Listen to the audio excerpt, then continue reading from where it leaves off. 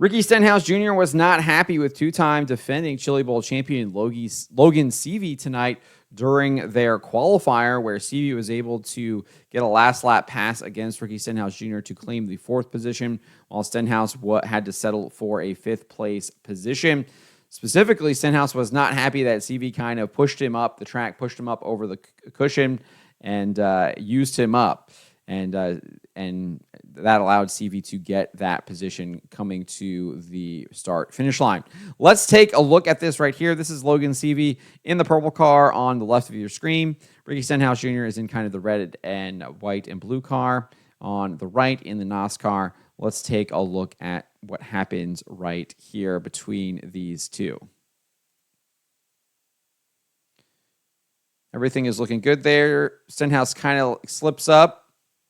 Seavey gets a really good run there, pushes him up the track, and gets the position. And Stenhouse has to go up as well. Looks like a pretty good racing deal to me. Nothing kind of out of the ordinary. Looked really fine. Wasn't like what we saw between Ruschenberg and Buddy Kofoid earlier in the week, where Ruschenberg just kind of gave Buddy Kofoid the right rear and sent him flying into the fence. That was obviously a dirty slider. No contact here. Gave Ricky plenty of room to avoid it, even though he had to go up and over the cushion. So I think that's just a racing deal, and that was a good pass. And sometimes you have to use up as much of the track as you can. And Logan Seavey, being the two-time defending champion, the veteran that he is, I think he made a really good move there and was able to get around Ricky Stenhouse Jr. And this is what happened after the checker, though. Let's take a look right here. You can see Ricky Stenhouse just kind of gasses it up and runs right into him, and then gets Seavey completely perpendicular to the track and just runs into him. His wheel is in his cockpit, and then ends up tipping himself over. So that is what he did after the race. Not happy with Seavey's move there. And this is what he had to say to Flow Racing following the incident. Let's take a listen. Qualifier there, just a lot of good cars, a lot of good people. Just running fourth, and then Seavey just kind of put me in the fence, coming out of four. So I was a little frustrated. I didn't mean to hit him in the left rear. I was just going to spin him around with his rear bumper, but he checked up a little quicker than I thought. So, frustrated for sure. We'll just have to see, where that puts us and go forward. But, just frustrated. So he would reiterate much of this to Matt Weaver as well. Let's take a listen. I got used up by Seavey and kind of repay my frustrations with a tag to his rear bumper. And when he slowed down, I caught his left rear. Not ideal, not what I was expecting to do, but I'm just going to give him a shot at the rear bumper. Went through with, I thought, he's good enough here that he would hit the bottom and, not use me up. But I don't know. I watched all week. I should have expected it, I guess. But, I got back around him, but, my angle was so off for, where he was that the only option was over the curb. So that gave us up a spot there coming in the line, which is crucial. So wasn't real thrilled about that. Not ideal after. More was just going to be a tag in the rear bumper, but intended to make you climb it. So that was not good. You guys talk about it? I haven't. I just got back, so I'm sure we will. So that is what Ricky Stenhouse Jr. had to say, admitting that he intentionally ran into the rear of Logan Seavey and did so on purpose because he did not like the way that he raced him there in that final turn, coming to the checker for the fourth position. That's racing, in my opinion. I think that's racing. I don't think there was anything wrong with the way Logan Seavey raced Ricky Stenhouse Jr. right there. Now, do I think that his retaliation is justified? No, I don't, because I think that is just racing, and he probably shouldn't have done that. But he did. He did do that, right? And he ran into him. Obviously lost a little bit lost a little bit of his temper there, and then obviously misjudged Seavey there because he wasn't expecting Seavey, I guess, to slow down and was trying to get him in the rear and spin him out. And in fact, what ended up happening is he spun himself out and tipped over. That is what Ricky Stenhouse Jr. had to say. Let's listen to what Logan Seavey had to say. This is what he had to say to Flow Racing. Not much to cool down from. I had a decent race car. We had some work to do on it, but race was unfortunately playing out kind of how I thought it would. I told my guys, Ricky, after watching Wyndham, Ricky's probably going to be really tight on this cushion, and that's exactly what it was. He kept getting tight in front of me. He spun out in front of me. I cut him like 10 breaks, and I got down, side by side, if not a little bit ahead of him going down the backstretch. And any decent race car driver knows I'm going to slide him going into 3. I'm not going to, give him a chance to go by me. And he hustled real hard, not trying to drive back around me. And like I said, there wasn't no driving around that one. So it wouldn't like it come from 2 car lanes back and drove into his left rear. I was in front of him going into the corner, and I took the line, and we banged wheels, and it is what it is at that point. And as I said, it's nothing that I want to make contact with anybody, but like I said, he had honestly, like I said, I hate to say it, but he honestly really backed me up for like 9 laps in a row. And at that point, I can't really cut him any more breaks. I've cut him too many, and I've got to put my car in position to win this race tonight. So, I slid him, and we banged wheels, and I took it up the racetrack and took my spot. And then we got a professional race car driver going full throttle after the checker like it's high racing. So, drove clear into my cockpit. So, these cars are dangerous enough as it is. We don't need to be doing that after the race. So, like I said, we're friends. There's no reason why he can't come talk to me. And if he wants to yell at me, or if he thinks that it warrants getting punched in the face like he punched Kyle Busch, come punch me in the face, but don't crash my race car after the yellow. I hope at some point we talk it out, plead my case. If he thinks that's right or wrong, it is what it is at this point. Ran a solid qualifier there, just a lot of good cars. So that is what Logan Seavey had to say right there. Did not like the way that Ricky Stenhouse Jr. Treated him after the checkers there.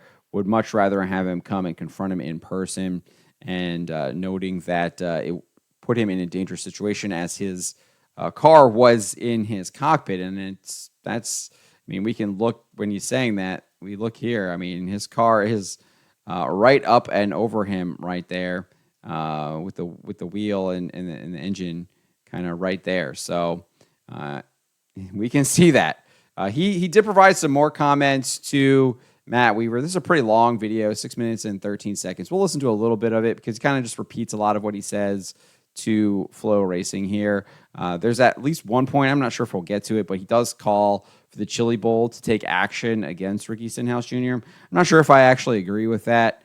If they do take any kind of action, I think it maybe should just be like a warning, talking to, hey, let's not do that. We don't want to see that happening. If you do it again, there might be some kind of penalty or something like that.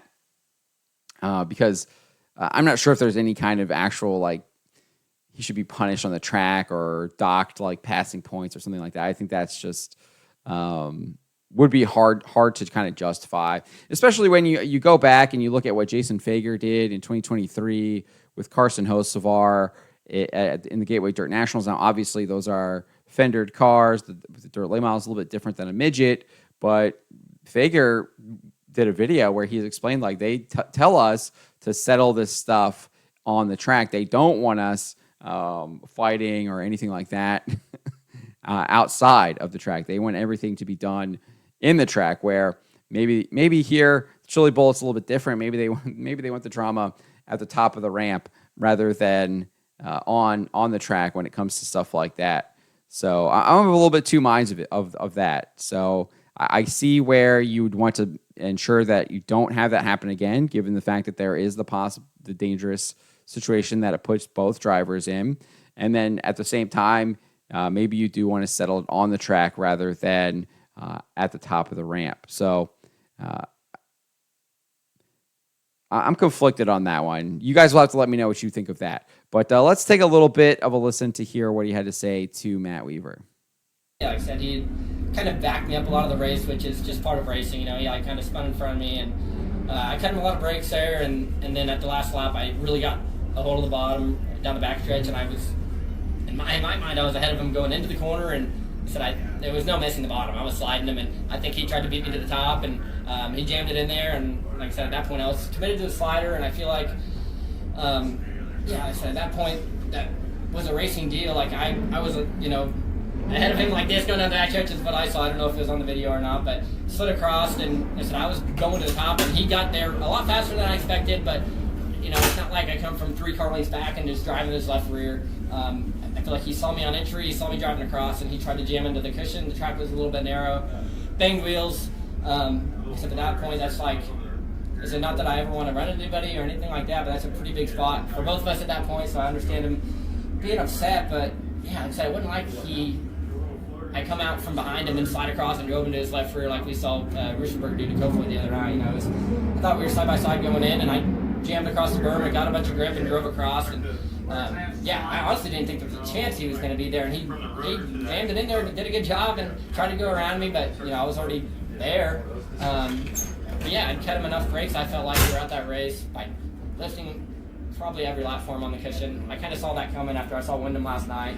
And then the full-on iRacing full throttle somebody after the checker. He's supposed to be a professional race car driver and able to control his emotions, and he has corporate sponsors, and a lot of people, I think a lot of people should be embarrassed by that action. Man, if you want to tap somebody in the back bumper and tell him you didn't like that, or if he wants to come down here, and I told Flo, it's like, man, if he's that mad, and he thinks I did him that dirty, he punched Colin Bush in the face a few weeks ago. At least come talk to me, and if you still feel like it's worth fighting for, then whatever. But the iRacing full throttled me after the checker. So that engine was full throttle. His tire was nearly in my cockpit.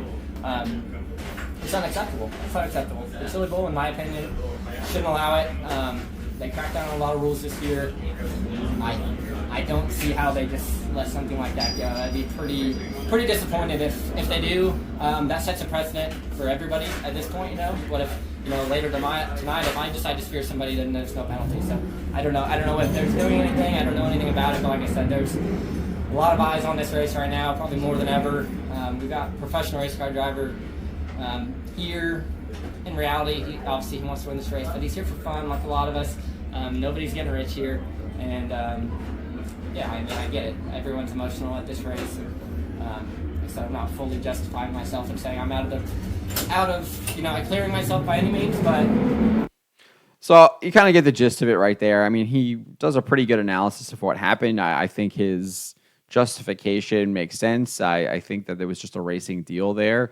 And yeah, sure, he did push Ricky Stenhouse up the track, but again, he did the slider and it worked. I mean, maybe he wasn't expecting Stenhouse to really still be there because he thought he would be able to get around him. And Stenhouse was still there, but I mean, he still gave him enough room where he wasn't making contact with him. And I think that's what we saw there on the clip that we played earlier. And then obviously we did get to hear him kind of talk about how he wants the Chili Bowl to take action against Ricky Stenhouse Jr. We just talked about that, so I'm not going to go over that again. But pretty harsh words there because he's basically calling out his sponsor, NOS, and stuff like that, saying that there are corporate sponsors and kind of being like, you're not really representing them very well. So those are some harsh criticisms from Logan Seavey. Obviously, he does not like the fact that Ricky Stenhouse did that to him after the checkers, and he does want punishment for that. So that's what Ricky Stenhouse Jr. and Logan Seavey had to say, though. Let me know what you guys make of what they had to say. What do you make of Logan Seavey's slide job move? What do you make of what Ricky Stenhouse Jr. did after the checkers? Who do you think is at fault? Do you think they're both at fault? Do you think Ricky Stenhouse Jr. is at fault? Do you think it's Logan Seavey? Let me know what you guys make of this in the comments below.